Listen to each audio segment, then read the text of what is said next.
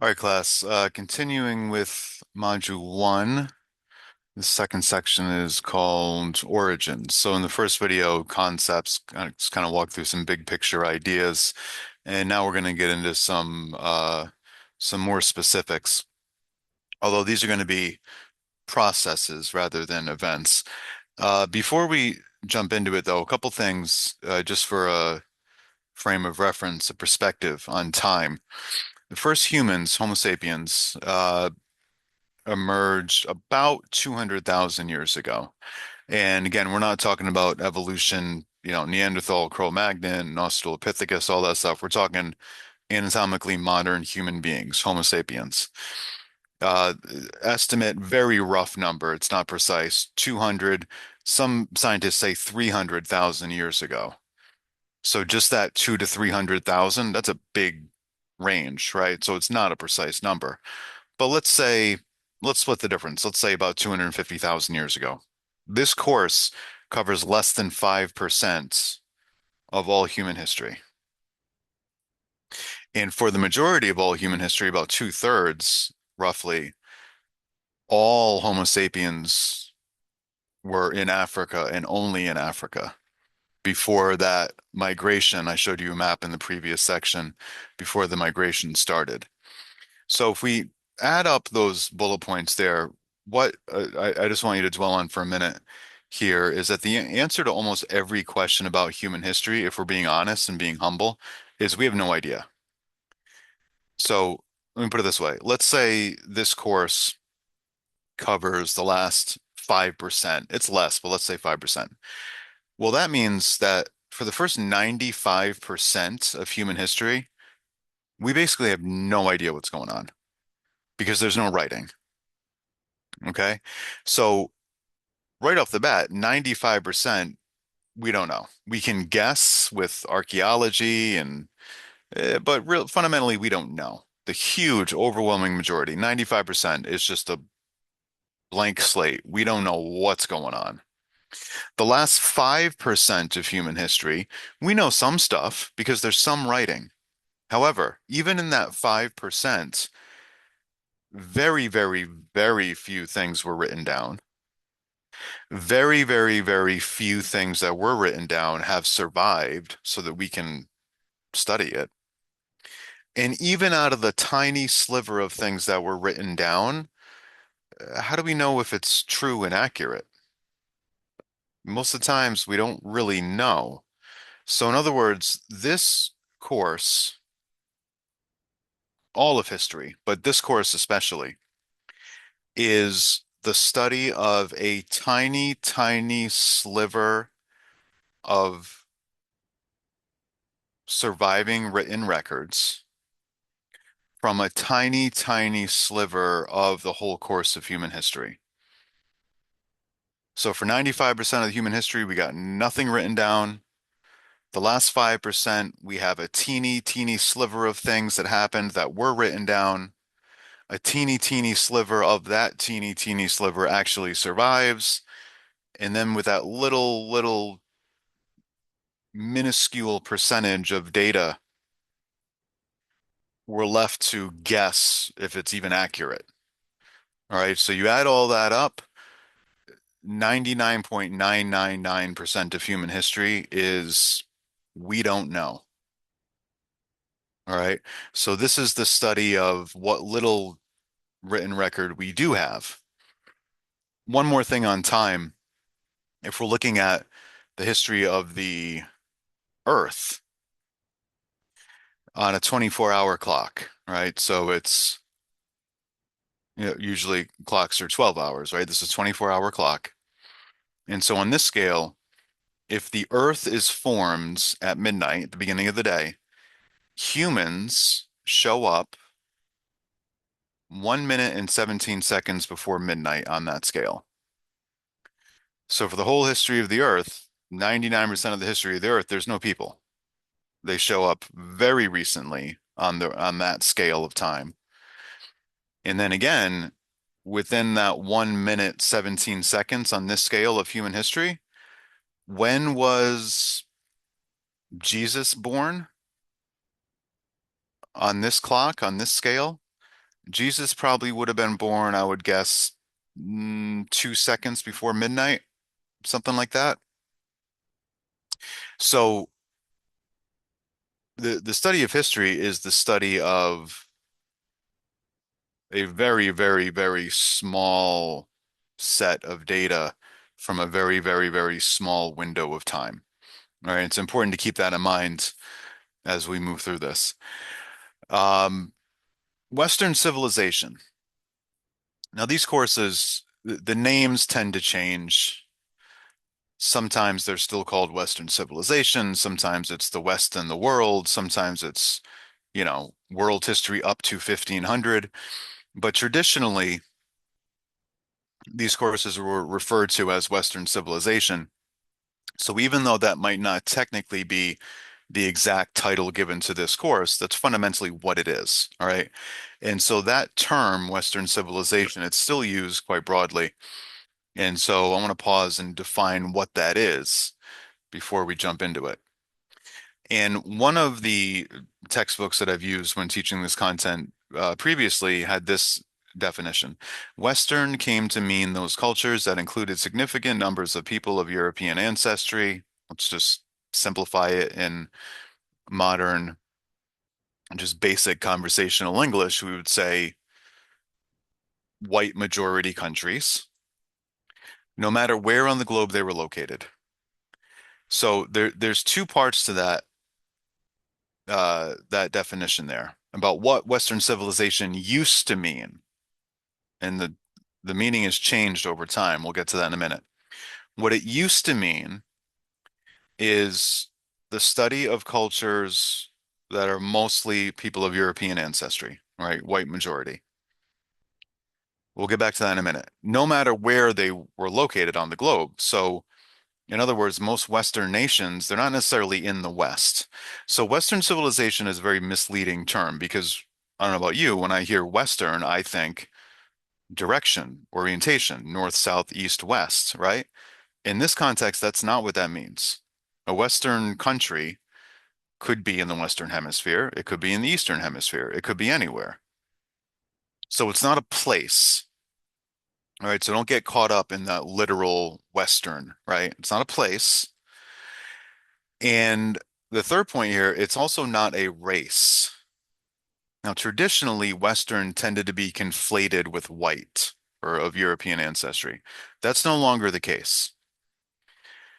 Being Western now does not mean being white. It means accepting certain values, right? You're part of a culture that has certain ideas and beliefs and values.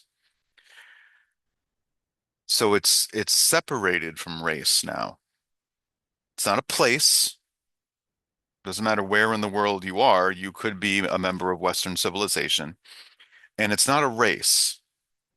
It's a set of ideas.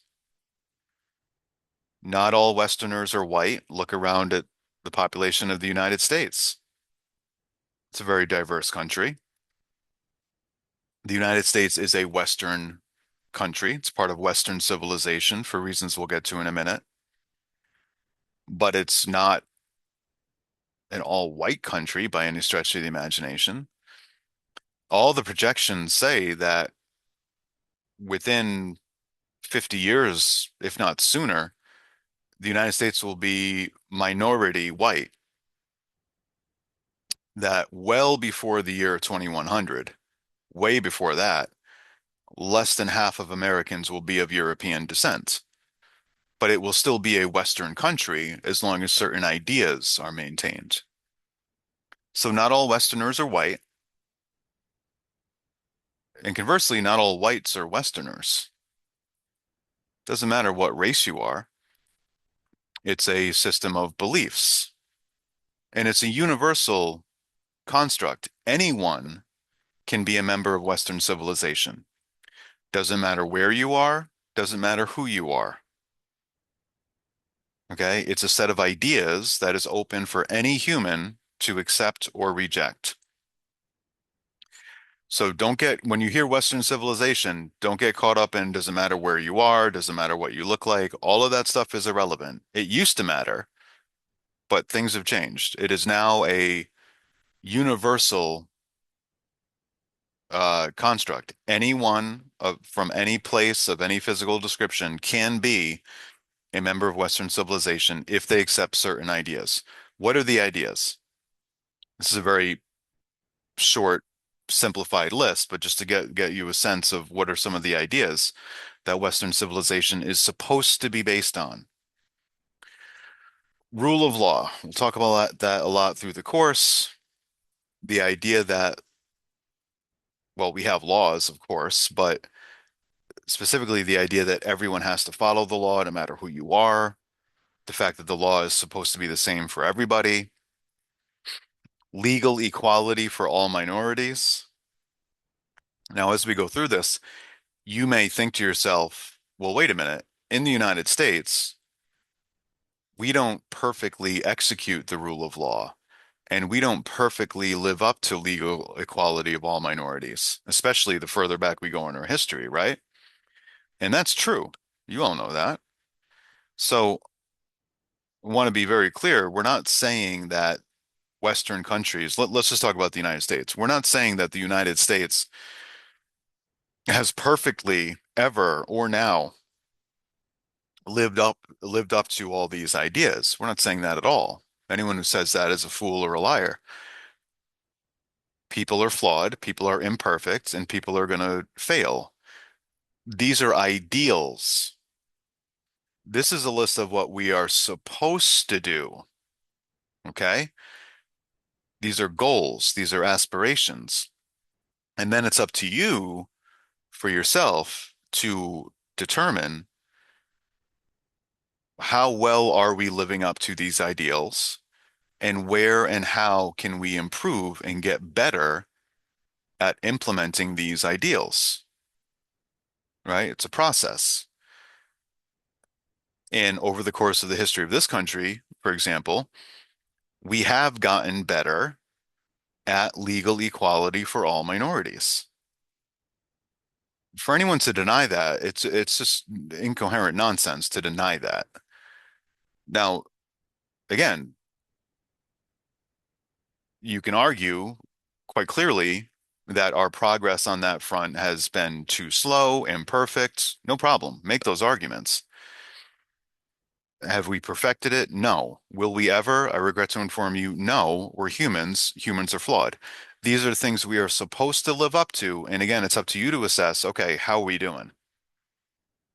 But what I want to make sure you understand is that other civilizations and cultures, they don't even try. They don't even pretend that they want legal equality for all minorities. It's important you understand that, right? What's the status of women in Afghanistan? Do, does the government of Afghanistan even pretend to want legal equality for women? Is that a thing? Come on. What's the status of uh, you know, Jews in Saudi Arabia? Are there any Jews in Saudi Arabia? So it's important to understand that let's just stipulate here, these are goals, ideals in Western civilization that we're supposed to try to accomplish. And of course, we're imperfect. But understand that other cultures and civilizations have very different definitions of what's even a good ideal. So other cultures and civilizations don't think that many of the things on this list should be goals. Separation of government and religion. We're supposed to do that in the West. And it's been a process that we'll cover in this course that Western civilization did not used to separate government and religion. We'll go over what that looked like and how that changed. We are supposed to separate government and religion in this country. I think you know that. I'm sure you all can think of examples where, in your opinion, we fail to do that. Okay. Other civilizations don't try to separate government and religion. They don't think that's a good idea. In the West, generally speaking, we do. Private property rights. Most Western countries think that's a good ideal. Communist countries don't. Individual responsibility and limited government kind of go hand in hand. In Western countries, especially the United States, we stress the right of the individual more than what's good for the group. Other cultures and civilizations tend to focus a lot more on what's good for the group and to severely restrict individual rights for the good of the group. And so we can later in the course we'll go over examples and we can get into, in your opinion, what's the proper balance between those things. But the more we value the rights of the individual, well, with rights come responsibility. And so if we want individuals to have rights and to be responsible for themselves, what that means on the flip side is the government in the West is not going to be responsible for every little thing that you need or want. It's going to be limited, and it's going to be up to you to provide certain things. And whether that's a good idea or not is up to you to assess. So really quickly, two things are worth repeating here as you look at this list. Number one, we have not perfectly implemented any of these ideals because we are flawed mortal people that are going to make mistakes. Number two, other cultures and civilizations, it's not that they fail to live up to these ideals, is that it's that they don't think these are good ideals to even try to live up to. It's important you understand that. There is no universal agreement that this list is a good list. So look at these things, half a dozen things. Are they all good ideals in your opinion? Should we be trying to implement all of these things? And then again, how are we doing? And where and how do we need to improve living up to these ideals in real life? Just to kind of dial down on the separation between race and quote Western civilization. On this map, we have, you can see the key lower left, different colors measuring different percentages. The percentages measured here are the percentage of people of European descent, the percentage of white people. I don't know if any of this surprises you. Europe is full of, Europeans, pretty white continent, right? Duh. Africa, not so much. It's common sense, right? United States, quite mixed. South America, much more mixed than you might think, right? Argentina is a very white country. Um, what's the point here? If Western civilization were explicitly linked to race, you would be able to look at this map, the racial map, and say exactly which countries are Western countries and which aren't. But it's not quite that straightforward. For example, the I think most obvious outlier would be Russia. Russia is what we would describe as a white majority country, but Russia is not considered a Western country. Russia doesn't really pursue some of these ideals that we just listed. Within the United States, they differentiate between different states. You can see that Texas, California, those are white minority states. That doesn't mean they're not part of Western civilization. So any country can be a Western country, regardless of who lives there or where it is. It's just a matter of, to go back real quick, do you generally agree that these are good ideas and that we should try to live up to them? If you do, you're in the club. You're part of Western civilization. So the first specific process that we'll cover in the course, the agricultural revolution, and this started roughly 11,000 years ago. All right, BCE, before Common Era, it's the same metric as BC, before Christ. Before Common Era is used more commonly now, right? And so instead of BC AD, that's the old traditional measure. BC before Christ, AD Anno Domini, Latin for year of our Lord, right? Now it's much more common to use BCE before Common Era, and instead of AD, we use CE Common Era. The textbooks determines that BCE and CE were more appropriate because it's less explicitly religious. Although I would point out that the standard and the definition of when we've crossed over from BCE to CE, that crossover point is still pegged to the birth of Christ. So it's still a religious context, but just less explicitly so. But BCE is the same as BC, and then CE is the same as AD. Agricultural Revolution. What is that? It is the start of a process during which significant numbers of people radically changed their lifestyle from small groups of nomadic hunter-gatherers, okay? And if you're not familiar with that word nomadic or the term hunter-gatherers, small groups of people that don't really settle down in any one given spot.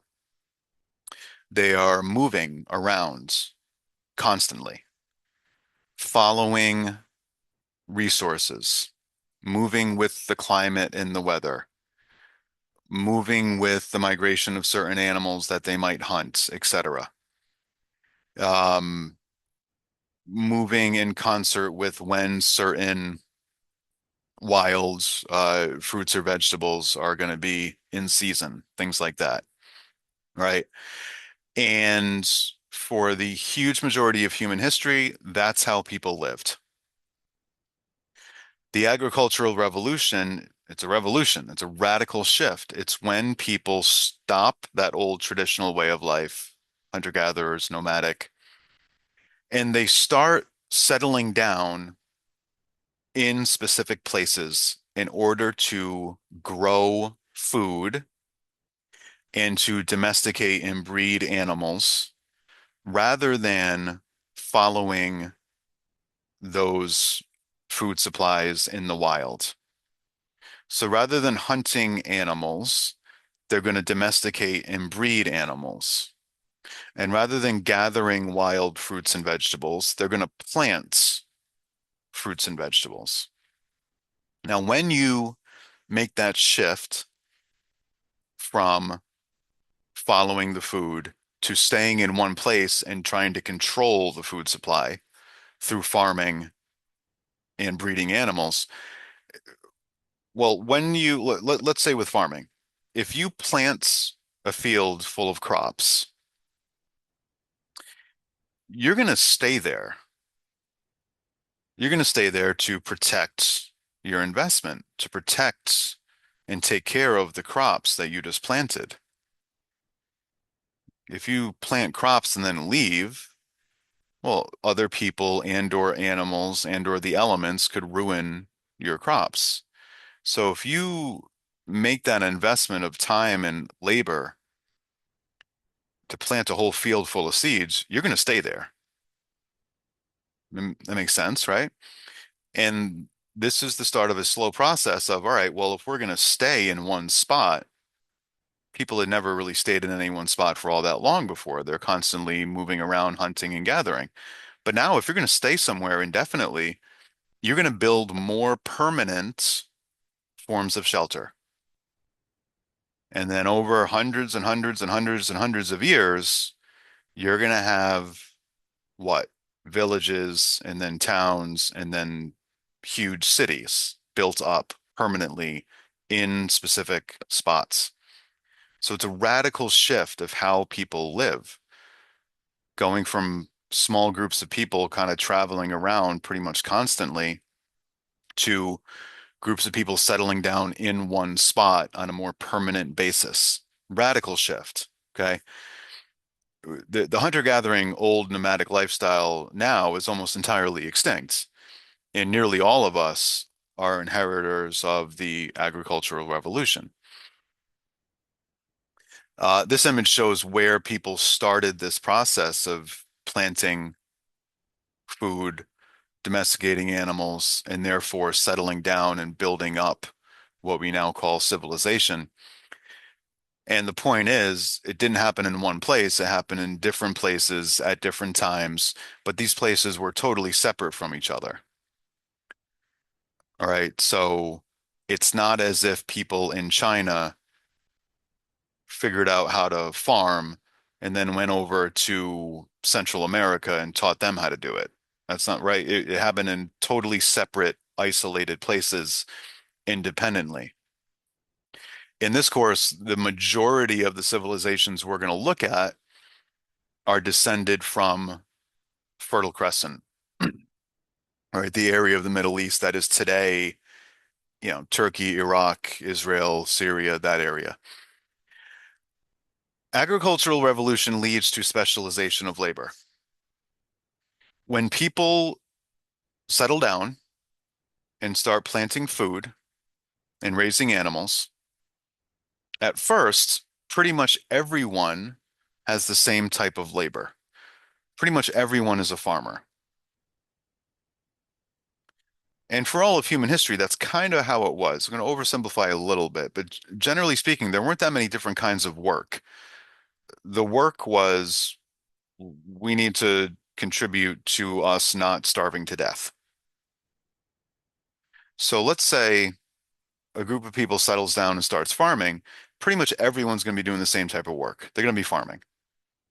Now, as people get better and more productive at farming, what that means is fewer people need to do that work. And so, if fewer people need to farm, then more people are freed up to do other.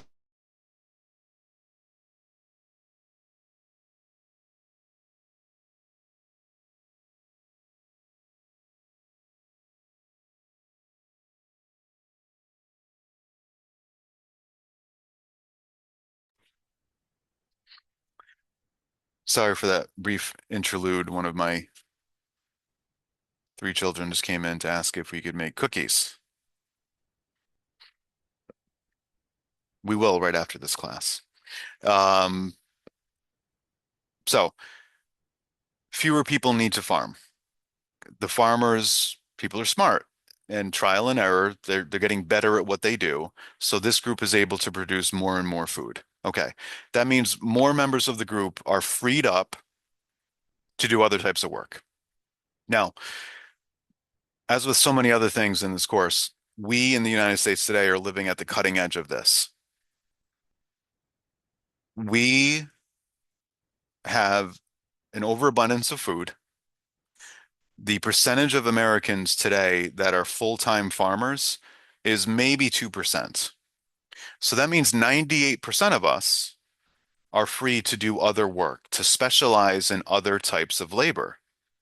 Okay? You with me? 2% of our population produces 100% of our food. It's an amazing thing, right? So that means 98% of us can go out there and do other types of work. We don't need to worry about producing food. Our farmers are so efficient, they have it under control. The huge majority of us pursue different types of labor, and that has radical impacts on society. So think about our society today. We all benefit from this all day, every day, whether we think about it or not. So let's pause to think about it.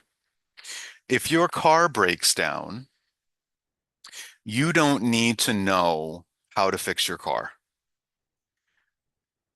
You just, without even thinking about it, you call a mechanic because we just take this for granted. We don't even think about it.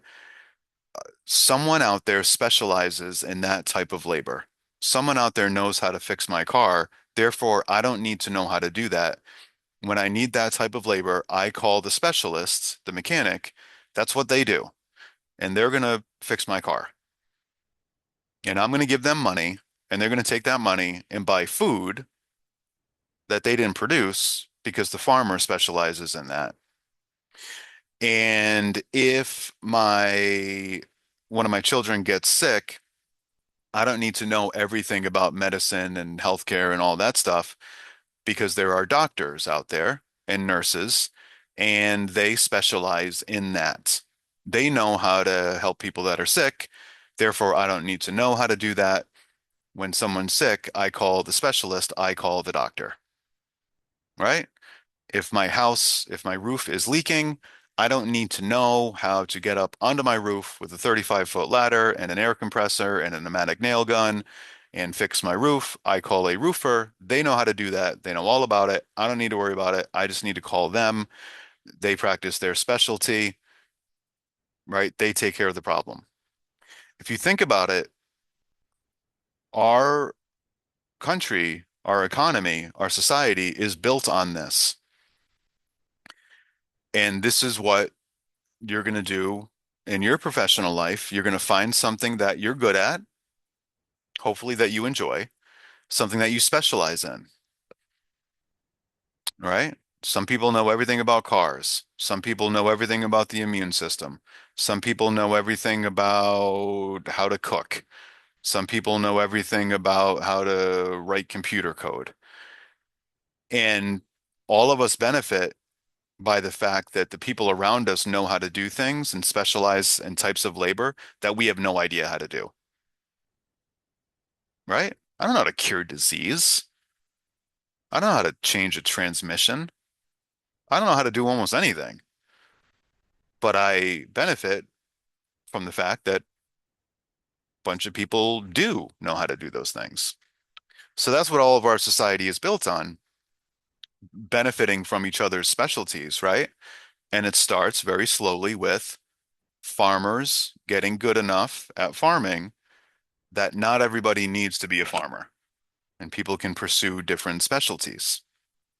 All right, so agricultural revolution leads eventually to specialization of labor. Specialization of labor in turn leads to hierarchy. If all of a sudden there are hundreds of different types of jobs and labor, there's going to be a hierarchy.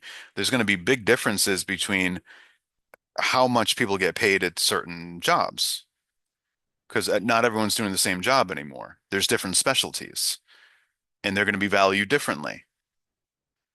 So, a couple of random examples. I need to update this photo of LeBron James, but I can't stand LeBron James, so I'm not going to invest my time in updating the photograph. If you are a LeBron fan, no offense at all, but people my age, you know, Michael Magic and Bird. Um, Three random professions here.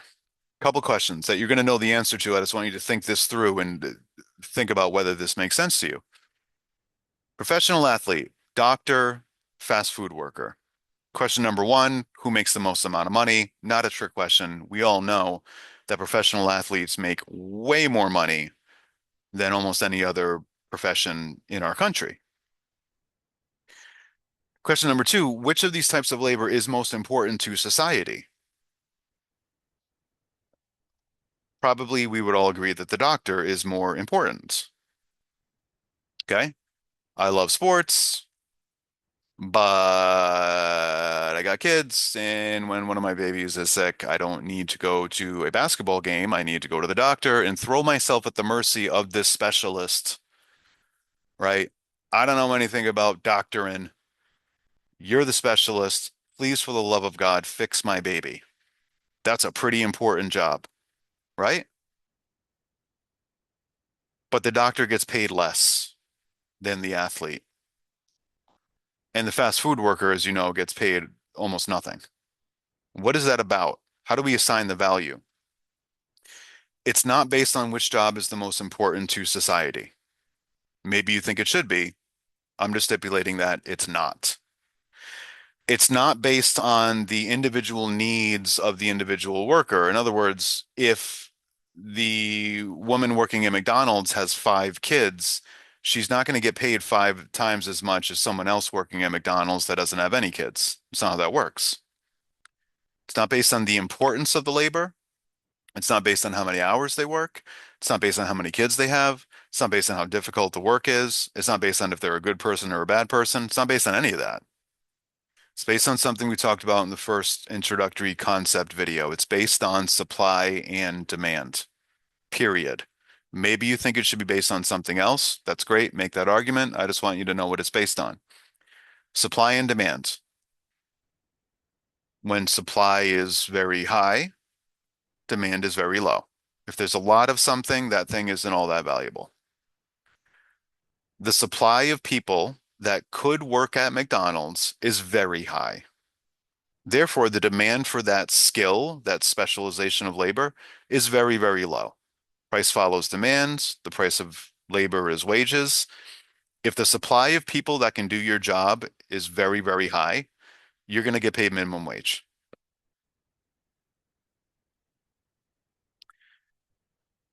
The supply of NBA players, for example, is very, very low. There are, so what are we, 12 guys on a team, or there 30 teams? There are fewer than 400 people in the NBA. All right, 300 change. That's about one out of every million Americans is in the NBA. The supply of people that can do that labor, play basketball at that level, is incredibly low, incredibly low supply. Therefore, the demand for that skill, that specialization, very, very, very low supply means what? Extremely high demand. Extremely high demand means what? You're going to get paid a ton of money because price follows demand. Does that make sense? Almost nobody can physically do what LeBron James can do. The supply of that type of skill, that type of labor is almost zero. Therefore, the demand for it is going to be through the roof. Therefore, he's making mountains of money. The supply of doctors is higher than the supply of NBA players. To be in the NBA, you need to be a man. That eliminates more than half the population right off the bat. You need to be between 18 and realistically what? 27, 28. I know there's some older players, but generally, like you need to be very young. That obviously eliminates anyone over 40. You need to almost always be at least 6'5", 6'6", 6'7". That eliminates almost every human. You need to be in ridiculous physical condition. You see what I'm saying? Just to meet the physical requirement to maybe be in the NBA eliminates almost everyone. The supply of people that can do it is insanely low. And then you have to be, of course, hyper disciplined and, right, very low supply of people can do that job. Therefore, the demand is very high. Therefore, they make tons of money. The supply of doctors, it's very hard to be a doctor. You need to be incredibly smart, much smarter than I do, but you don't need to be a 6'6", 24-year-old man in perfect physical condition to be a doctor. So thankfully, the supply of doctors is higher. And therefore, even though their labor is life and death important, the supply of doctors is higher than the supply of NBA players. Therefore, the demand for that skill is lower than the demand for being in the NBA or the NFL. So doctors get paid well. They don't make minimum wage. They make good money, but they don't make LeBron James money. So supply and demand. If your goal is to get rich, the way you do that in this context is specialize in a type of labor where the supply of people that can do what you do is as low as possible. And the more specialized your skill is, and the lower the supply of people that can do your job is, the higher demand there will be for your labor, and therefore you will get paid a ton of money.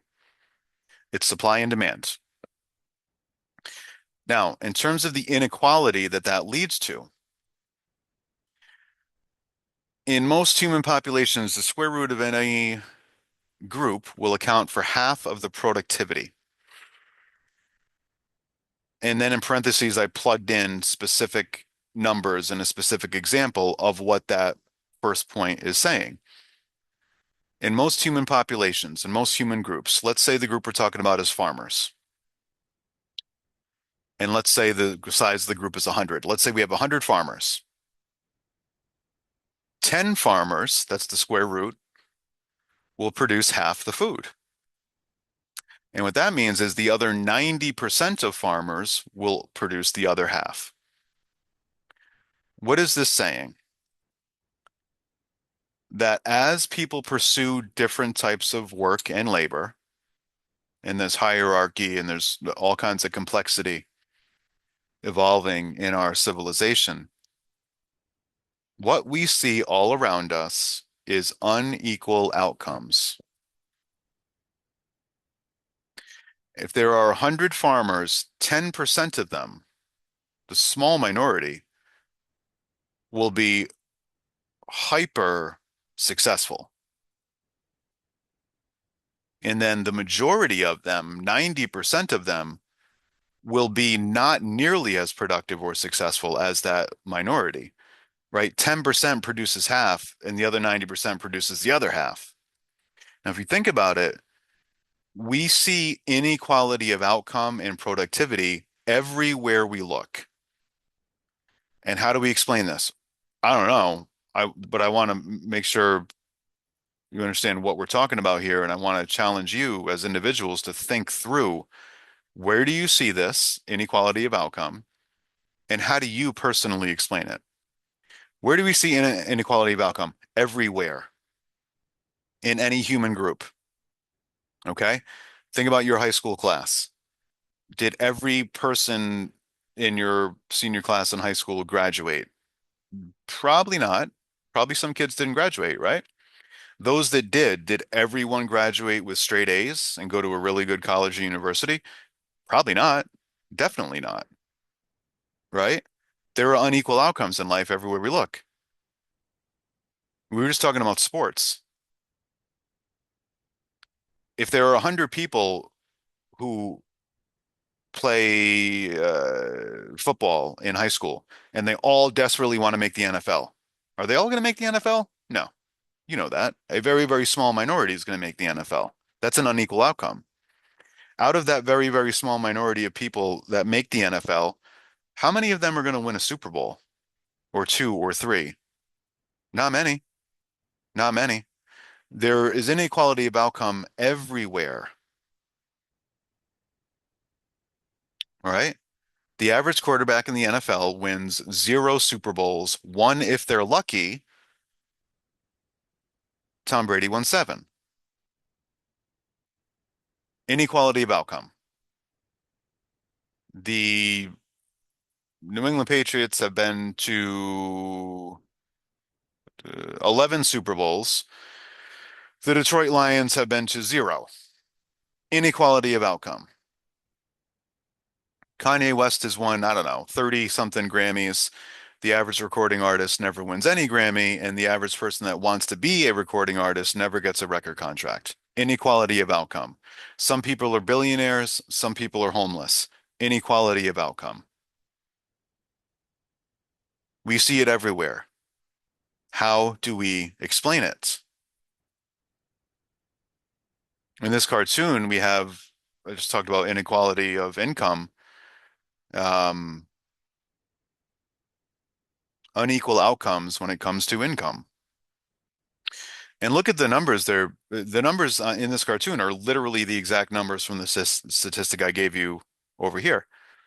The rich 10% have half of the wealth in this country.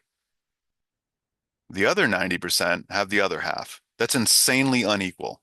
It is. It's an objective measurable fact. That's wildly unequal.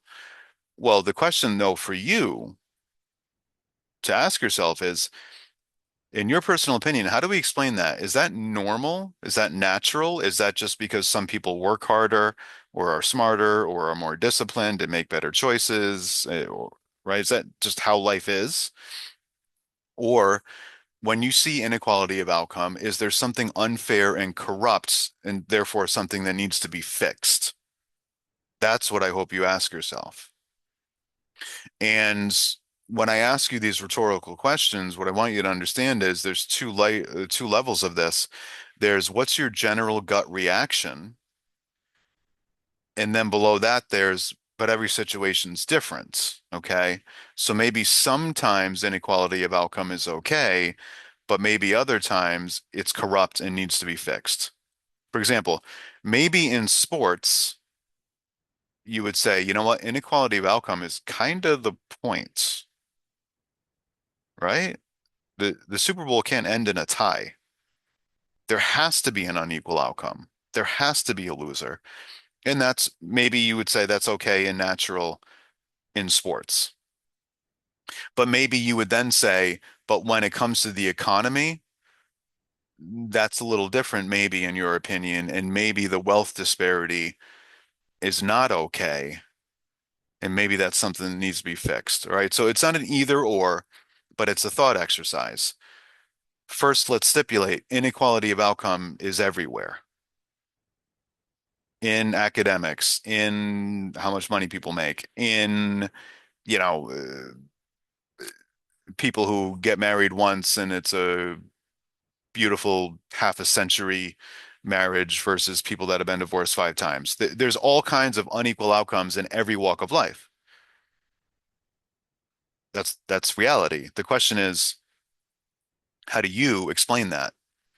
And in terms of different productivity and different outcomes and all that, that really starts to rise and accelerate with specialization of labor. Now, the next thing that kind of comes on the horizon here is the states, capital S state, meaning government. Because after the agricultural revolution and then specialization of labor and then hierarchy and different outcomes, things get a lot more complex. And that's when people develop the modern idea of, okay, we need a government to deal with this new complexity. The textbook, which you do not need to buy, the textbook defines the government, the state, as a political organization through which one group was able to coerce resources out of another to engage in group endeavors, big projects, basically building large structures, infrastructure, bridges, canals, things like that, carrying out warfare, right? Big group projects. States established armies, bureaucracy, taxation systems. All right. The what I want you to focus on before we move on real quick is coerce resources. One group is able to coerce resources. This is what all governments are based on. Whether you think the government we're talking about is good, bad, whether it's our government, whether it's another government, whether it's a government right now, whether it's government 3,000 years ago, all governments, by definition, coerce resources out of people. Resources, let's just say money, tax dollars. The word I want to make sure you understand clearly is coerce. When you coerce someone, there's different ways to go about it. I mean, you might start by asking nicely. The government might come to you and say, "Excuse me, citizen, would you please pay $5,000 in taxes so that we can build a bridge?" They might ask nicely. But coercion ultimately is based on force. Again, you might ask nicely at first, but if the person says no, you're right. You know this. If the government says, "Excuse me, can you please pay $5,000 in taxes?" and you say, "Yeah, you know what? I thought about it and I just don't think I'd like to do that. Thank you." You know the government's not going to be like, "Oh, okay. No bother. Have a nice day." No, they're going to get that money. If you don't give it freely, they will coerce it. They will force you to give it up. Coercion is force. All governments, please don't delude yourself or let anyone else delude you. All governments, ours, someone else's, here, now, whenever, wherever, all governments are based on force, the implicit threat of force if you don't do what the government, the state, is asking you to do. It's not a voluntary thing. Would you please pay your taxes? No, it's not voluntary. It's coercion. All governments, this is just the real world. This is how it is, right? All governments are based on coercion, the threat of force if you don't comply. So a lot of people have this naive view of what government is, and let's just be realistic. It's always based on an underlying threat of force if you do not comply. If you don't pay your taxes, no, they're going to get that money. And they will escalate layers of force that they use until you either comply or you, not to be melodramatic, you either comply or you die. That's what government is, right? It's based on coercion. It kind of has to be, right? You can't ask people to voluntarily pay taxes because a significant number of people, I dare say, including myself, would politely decline to pay taxes if it were voluntary. So it's based on coercion. We need to force you to give up certain resources, tax dollars, for example, to do things for the benefit of the group. That's the idea. Now, the governments, they say, what are they at the end here? Establish armies, bureaucracies, taxation systems.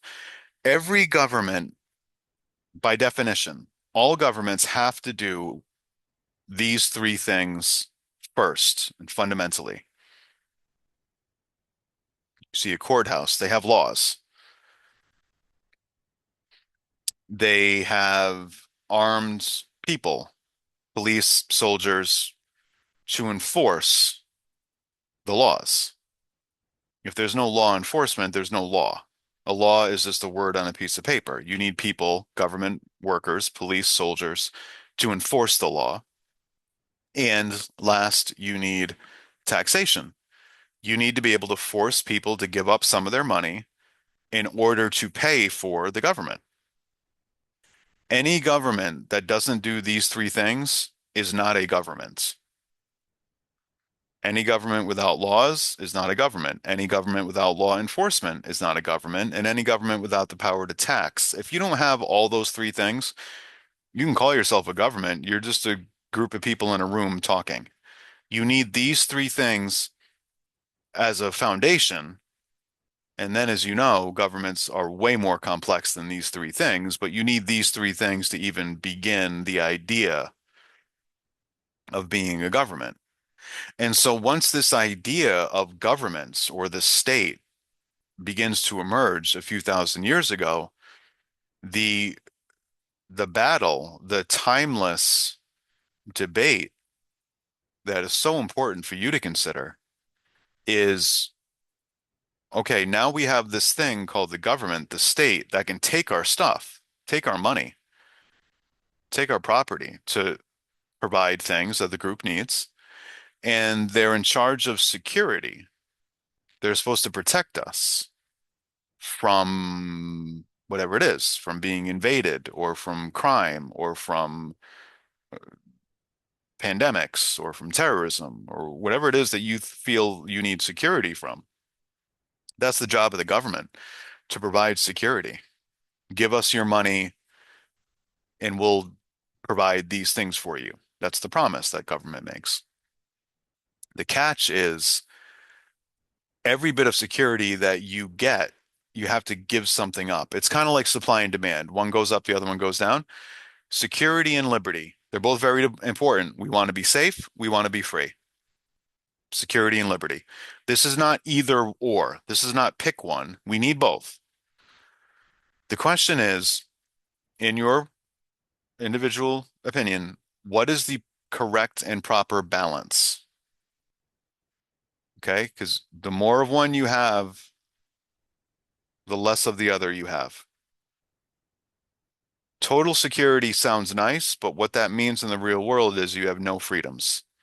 Total freedom might sound nice, but what that means in reality is there's no security. Everyone's running around doing whatever they want. It's a balance. In your personal life, we go through this just as human beings. When you are a young child, you have very little liberty. Your parents, if you had good parents, and I hope you did, your parents, the people responsible for you, they don't let you run around doing whatever you want when you're 4 years old, right? I mean, I have several young children. They don't have all that much liberty. They're not in charge. They don't get to decide really anything. They don't choose, am I going to go to school today? Do I want to stay up till 3 in the morning? Do I want ice cream for breakfast? I don't give my kids that liberty. Um, my job is to provide them with security. Now, as we age, we go through this natural process of as we become older, we get more liberty. And that's exciting and appropriate and good. But the thing is, when you grow up, let's say you come of age, you grow up, you graduate high school, you move out of your house for the first time, you get your own apartment or you go to college, you live on campus, whatever it is. Super exciting time in a young person's life. They have all this liberty. No one's, oh, I can stay out till 3 in the morning. Awesome. Have fun. You're way less safe. All right. You have less security. That's a natural progression that we go through as young people. And it's a progression that every society needs to deal with. What's the correct balance? If you want more security, the government will promise you that, but they will also say there's a price. If you want us to protect you against COVID, we, the government, we promise we will protect you from COVID. What's the catch? You can't go to work. You can't go to church. You can't go to the gym. You can't go anywhere without a mask. You can't go anywhere without a shot. You can't go anywhere without two shots. You can't go anywhere without two masks. Okay, you all lived through that. Was that reasonable? After the September 11th attacks, people felt a big lack of security. Rightly so. And the government said, we will protect you from terrorism if basically you let the government spy on you for the rest of your life. Is that a reasonable trade-off? We have to make these calculations in life. All right, it's a really important balance for you to consider. Think about when, in your opinion, it is appropriate or necessary for you to give up your rights in order to have more safety. Very fundamental question when we're talking about government power. All right, constant back and forth. I hope you give that some thought because you're going to be having to make that calculation for the rest of your life. Those two forces, security and liberty, they're both important. We need them both, but they're in tension with each other. What's the correct balance? And again, just like a lot of the stuff I'll ask you to think about, there's going to a top level, you're going to have a gut reaction. Are you more interested in security or liberty? But then again, below that level is every situation is different. So you might say, generally I'm a liberty person, but in certain cases, I would give up some liberty in order for security from whatever it is. Right. So there's a lot there for you to think about. Last couple things. After the earliest states, governments are set up after the agricultural revolution and that process that follows from that, some of the earliest places that we define as having, settled complex civilizations. Mesopotamia, that's in what is today, mostly Iraq, that Fertile Crescent area of the Mideast. Egypt, India, China, those named places haven't changed. The most important job of the government or the state after those fundamental things, right? Collect taxes, have laws, have army, etc. Controlling water for infrastructure, for crops, for drinking, for public health. It's an incredibly complex thing. It's a big project. It's a big, expensive, huge undertaking that you need people to you got to force people to pay taxes to pay for something that big and that complex. The government has to control water. Controlling water on this scale, it's incredibly complex. And there's two parts of controlling water. First is get the water where you need it to be for crops, for animals, for people. And the other part of it is equally important. Keep the water out from where you don't want it to be. You want the water to feed your crops. You don't want the water to flood your entire city. This photograph here is from Hurricane Katrina, and I just use that to make the point that thousands of years after the first governments were formed and had to think about how do we control water, the most technologically advanced, wealthiest country in the history of the planet, the United States government was unable to control water in New Orleans in Hurricane Katrina in 2005. It's not easy. All right, so this is one of the most basic jobs of a government. And it's one of those things where you don't think about it until something goes wrong. So that's kind of a timeless thing, right? One of government's most fundamental responsibilities, something we take for granted until it goes wrong. Water. We will end this unit. Yeah, we'll end this unit with one more note on slavery. Slavery predates written records. In other words, it's older than writing. And for that reason, we're not exactly sure how and when it began. So slavery is, it's kind of one of those things I could have put in the first video on concepts. Um, it's in the background of everything we'll cover in this course. We will bring it up specifically a few times, but even if we're not specifically talking about slavery, please understand slavery is in the background of everything we will cover in this course. Every single civilization that we will talk about specifically in this course practiced slavery. Slavery was universal everywhere, forever.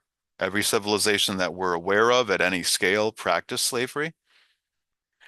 When Americans think about slavery, they usually think about slavery in the American context, and that's appropriate. That makes sense. What a lot of people don't understand is that there was nothing unique about the fact that there was slavery in what became the United States and in the United States itself, as you know, for nearly 100 years. That is tragic and awful and completely unsurprising and not even remotely unique. Slavery was practiced everywhere by everyone forever until about 150 years ago. So again, whether we're talking about it specifically or not, just want to stipulate that slavery is in the background of every specific culture that we will study. So speaking of specific cultures, the next unit will be on the first two specific cultures we'll look at, being the Jews and the Greeks. All right, so we'll get to that next time, and I will see you then.